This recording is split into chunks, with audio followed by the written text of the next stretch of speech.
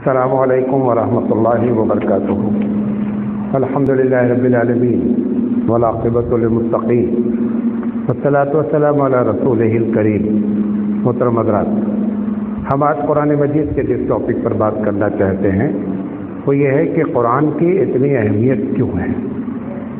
ہم بنیادی طور پہ 3 باتیں کریں گے، کوشش کریں گے کہ ہم اپنے وقت پہ اپنی بات کو پوری کریں۔ ہم اللہ سے دعا کرتے ہیں کہ اللہ تعالی ہمیں صحیح بات کہنے کی اور آپ کو صحیح بات سمجھنے کی توفیق عطا فرمائے۔ سب سے بنیادی جو اہمیت ہے اس کتاب کی وہ یہ ہے کہ اس میں جو قانون بنائے گئے ہیں اللہ تعالیٰ نے قیامت تک کی ساری فائلیں کھول کر کے پھر اس کے بعد قانون مرتب کیا ہے۔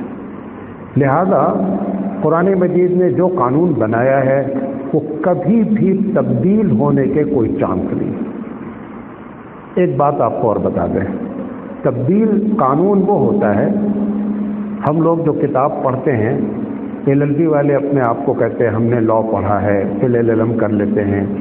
حقیقت یہ ہے کہ جو ہدایہ کتاب پڑھائی جاتی ہے وہ LLB کا باپ ہوتی ہے۔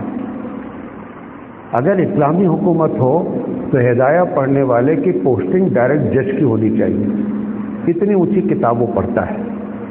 ہمارے یہاں قانون میں بتایا جاتا ہے کہ قانون تبدیل کی وجہ کیا ہوتی ہے، وقت کے لحاظ سے قانون بدلتا ہے، موسم کے لحاظ سے قانون بدلتا ہے، علاقے کے لحاظ سے قانون بدلتا رہتا ہے۔ قرآن کریم چونکہ عالمی پورے عالم کے لیے اللہ کی کتاب ہے، اس میں اس قانون کا ذکر ہی نہیں کیا گیا ہے جو وقت، موسم، کلچر، علاقہ اس کے اوپر افیکٹو ہو، ایسا کبھی ہوگا ہی نہیں۔ اور جس میں افیکٹو تھا اس کو اللہ نے قانون بنایا ہی نہیں۔ مثال کے طور پر لباس ہے، ہم بول دیتے ہیں شرعی لباس، کوئی شرعی لباس نہیں ہوتا ہے، یہ لوگ کہہ دیتے ہیں۔ صالحین کا لباس ہو سکتا ہے، شریعت کا کوئی لباس نہیں ہے۔ شریعت نے صرف یہ بتا دیا ہے کیا نہ پہنو، پہننے کی کوئی قید نہیں رکھی۔ کیوں؟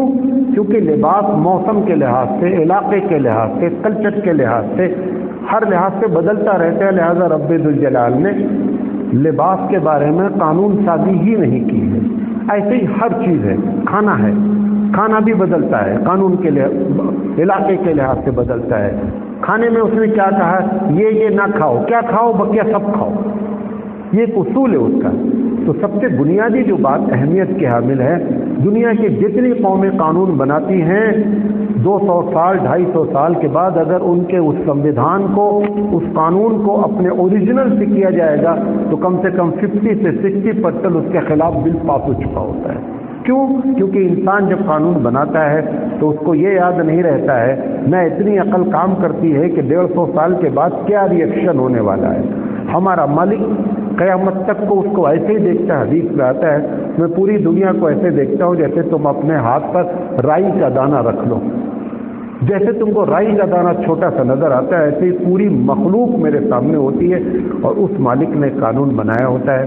لہذا اس قانون کی سب سے بڑی بات یہی ہے کہ کبھی تبدیل نہیں ہوگا، اور جو چیز آج دنیا تبدیل کرتی ہے قانون اس کی وجہ بھی بتا دیں، وہ حقیقت میں قرآن کے خلاف بنا رہتا ہے، لہذا تبدیل ہوتا رہتا ہے۔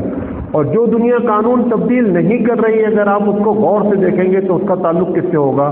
قرآن سے ہوگا، اس وجہ سے اس میں تبدیلی نہیں ہو رہی ہے۔ اور اگر کوئی قانون تیسری بات کہہ رہا ہو، ایک جملہ نوٹ کریں، کوئی مترادفات نہیں بول رہا ہوں، اور اگر قرآن مجید کے قانون کے خلاف کوئی قانون کریں گے تو اس کا مس یوز کا پرسنٹ ہمیشہ ہائی رہے گا اور اس کے اثرات مرتب نہیں ہوں گے۔ زنا پر پوری دنیا سخت سے سخت ترین قانون بنا رہی ہے لیکن زنا پہ کنٹرول نہیں ہے، ورنہ کنٹرول ہو سکتا ہے، یہ بھی آپ کو بتا دیں۔ کنٹرول ہوگا جو اللہ نے بتایا اس لحاظ، اس نے کیا کہا ہے کہ سزا کو چوراہے پر دو، سزا کو کوٹھری میں نہیں دو، سزا کو چوراہے پر دو، اپنے آپ کنٹرول ہو جائے گا کرائم پر۔ دنیا کرائم کی سزا کوٹھری میں دیتی ہے، لہذا کبھی بھی کرائم پر کنٹرول نہیں ہو سکتا ہے۔ تو یہ پہلی بات، پہلی وجہ اس کی اہمیت ہے۔ دوسری چیز، یہ اللہ تعالیٰ کا احسان ہے کہ اس نے یہ بتا دیا کہ مجھے کیا پسند ہے اور کیا ناپسند ہے، ورنہ ہم اس کے غلام ہیں، ایک حقیر سی ہم مخلوق ہیں۔